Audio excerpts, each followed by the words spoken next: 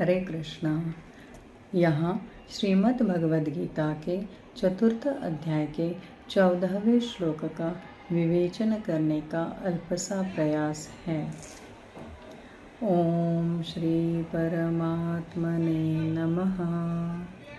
अथ चतुर्थोऽध्यायः ज्ञानकर्मयोगः। श्रीभगवानुवाच न मां कर्माणि लिम्पन्ति न मे कर्मफले स्पृहा इति मां योऽभिजानाति कर्मभिर्न स बध्यते। यहाँ श्री भगवान कृष्ण हमें किस तरह से कर्म करनी चाहिए इस बारे में मार्गदर्शन करते हैं। हमें बहुत मन से अपने कर्म करने हैं, लेकिन कर्म फल की अपेक्षा नहीं रखनी है, ना ही उसमें आसक्त होना है। जो भी अपना धर्म है उस हिसाब से हमें कर्म करते रहना है। जैसे कि एक विद्यार्थी है और वो किसी परीक्षा के लिए प्रयास कर रहा है, अभ्यास कर रहा है, तो ये ज़रूरी है कि वो ना कि अपने कर्मफल, मतलब मुझे इतने गुण चाहिए, मुझे प्रथम क्रमांक चाहिए, ऐसे इस बारे में चिंता करे या इस बारे में सोचते रहे, बल्कि उसका जो धर्म है, परिश्रम करना, अभ्यास करना, प्रयास करना, वो उसे करना है और अपने कर्म को श्री भगवान के चरण कमलों में समर्पित करना है।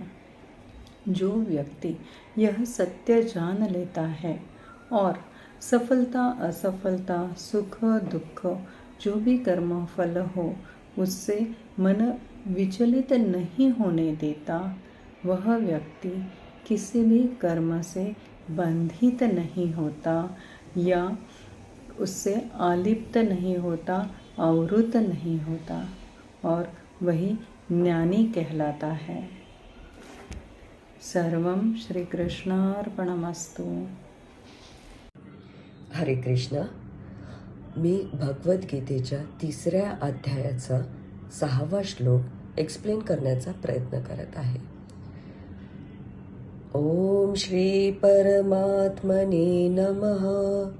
अथ तृतीयोऽध्यायः कर्मयोगः।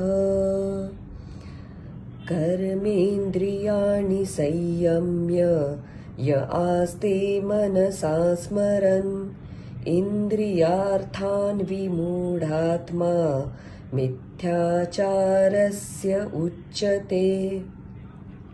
अर्थात जो मूढ बुद्धी पुरुष, मूर्ख मनुष्य आपल्या इंद्रियांना हट्टाने आवरून धरतो, परंतु मनामध्ये मात्र त्याच्या इंद्रियांच्या भोगांचे चिंतन करीत असतो, त्याला मिथ्या म्हणजेच ढोंगी मनुष्य असे, मिथ्या म्हणजेच ढोंगी आचरण करणारा मनुष्य असे म्हटले जाते।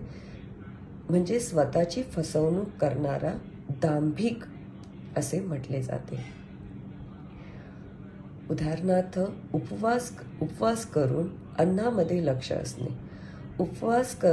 आपण उपवास करतो तेव्हा आपलं पूर्ण लक्ष भक्ती मनन चिंतनामध्ये असायला पाहिजे। ते न असता जर लक्ष अन्नामध्ये असेल तर त्या उपवासाचा काहीही फायदा नाही। तो उपवास करून तुम्ही स्वतःला फसवता आहात असं होतं।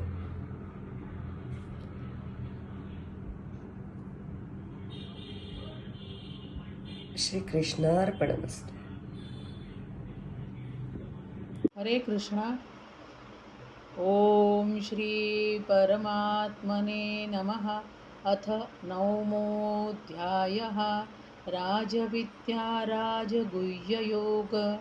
9वां श्लोक है। न च मान्तानि कर्माणि निबध्नन्ति धनंजय उदासीनवदासीनम् असक्तं तेषु कर्मसु। हे धनंजय, उन कर्मों के आसक्ति रहित और उदासीन सदृश मुझ स्थिति परमात्मा को कुछ बदते नहीं है। इसका उदाहरण का है, न्यायाधीश अपने कर्मों में किसी को जेल भेजता है, किसी को फांसी की शिक्षा देता है। हाँ, लेकिन न्यायाधीश इस बारे में उनको कुछ नहीं होता है मन में, क्योंकि वो अपना कर्म करते हैं। ओम श्री परमात्मने नमः। अथ चतुर्थोऽध्यायः ज्ञान कर्म संन्यास योगो। 40th नंबर श्लोक। यज्ञश्च श्रद्धधानश्च संशयात्मा विनश्यति नायं लोकस्ति न परो न सुखम संशयात्मनः। अर्थात a person who has doubt or is not having any faith in the teachings, in the scriptures, जिसे हमेशा डर है, जिसे हमेशा नेगेटिव थॉट्स है, जिसे हमेशा संशय है, वो कभी भी सुख की प्राप्ति नहीं कर सकता है। 3 तरह के लोग होते हैं। एक जो रिलीजियस स्क्रिप्चर्स को फॉलो करते हैं, जो गुरु की शिक्षा को फॉलो करते हैं, उसे मानते भी हैं एंड उसे प्रैक्टिस में भी डालते हैं। दूसरे लोग जो से रिलीजियस प्रीचिंग्स या ये सब नॉलेज नहीं है, लेकिन उसे विश्वास है कि भगवान है, उसे वो श्रद्धा है। और तीसरे लोग हैं जिसे ना फॉलो करते हैं religious things, neither they do or neither they follow the religious scriptures, neither they believe in God. Those we say is atheist. They have always criticized.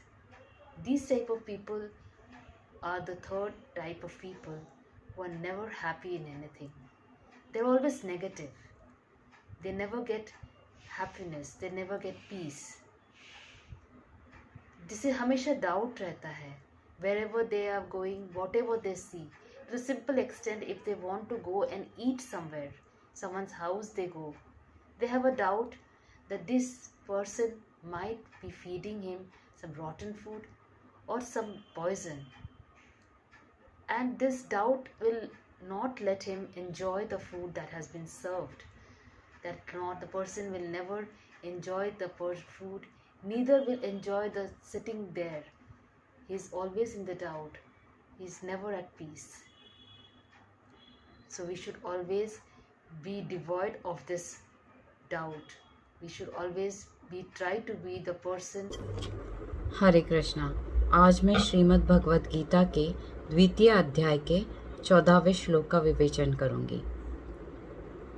ओम श्री परमात्मने नमः। अथ 2योऽध्यायः सांख्ययोगः। मात्रास्पर्शास्तु कौन्तेय शीतोष्णसुखदुःखदाः आगमापायिनो नित्याः तांस्तितिक्षस्व भारत। अर्थात इस श्लोक में श्री कृष्ण अर्जुन से कहते हैं कि हे कुंती पुत्र, मात्रा स्पर्शास्तु यानी जब इंद्रिय अपने विषय के संबंध में आते हैं तो कुछ भाव या स्थिति उत्पन्न करते हैं जो हमें सुख दुख या शीत उष्ण का अनुभव दिलाते हैं। वह 3rd क्वार्टर में कहते हैं कि यह स्थिति है आगमापायिनो नित्यः, यानी यह जो स्थिति है वह नित्य नहीं है, क्षणभंगुर है। यह आती है, यह जाती भी है, इसकी शुरुआत भी होती है, इसका अंत भी होता है।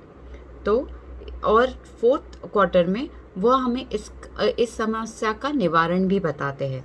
वे कहते हैं कि तांस्तितिक्षस्व भारत, यानी हे भरतवंशी, अगर तुम्हें इस स्थिति का निवारण चाहिए तो तुम्हें तांस्तितिक्ष्व यानी तुम्हें संयम या टॉलरेंस या तो तुम्हें एंड्योरेंस की प्रैक्टिस करनी चाहिए। और अगर तुम में एंड्योरेंस होगा या संयम होगा तो ही तुम इन स्थिति का निवारण कर पाओगे। अर्थात इस अध्याय में उन्होंने शरीर व आत्मा इन दोनों को डिफरेंशिएट करते हुए कहा है कि आत्मा यह नित्य है, निर्विकार है और यह अप्रभावित है, जबकि शरीर यह परिवर्तनशील है। यह बाह्य इंद्रियों के विषयों से प्रभावित होता है। पर उन्होंने कहा है कि अगर हम अभ्यास और ज्ञान या नॉलेज और डिवोशन से हम अपने मन को संयमित करते हुए एक टॉलरेंस का अगर अभ्यास करें और यह समझ ले कि कोई भी स्थिति, कोई भी फेज ऑफ लाइफ या टाइम, सुख हो या दुख हो, it is all temporary, it is not going to last for a long time. और हम इस भावना से चलेंगे तो हम स्थितियों से या परिस्थितियों से विचलित ना होते हुए उन्हें दृढ़ता से उसका सामना करने का आप प्रयास करेंगे और आखिर कर्म करते हुए ही हमें मोक्ष की प्राप्ति होगी। श्री कृष्णार्पणमस्तु।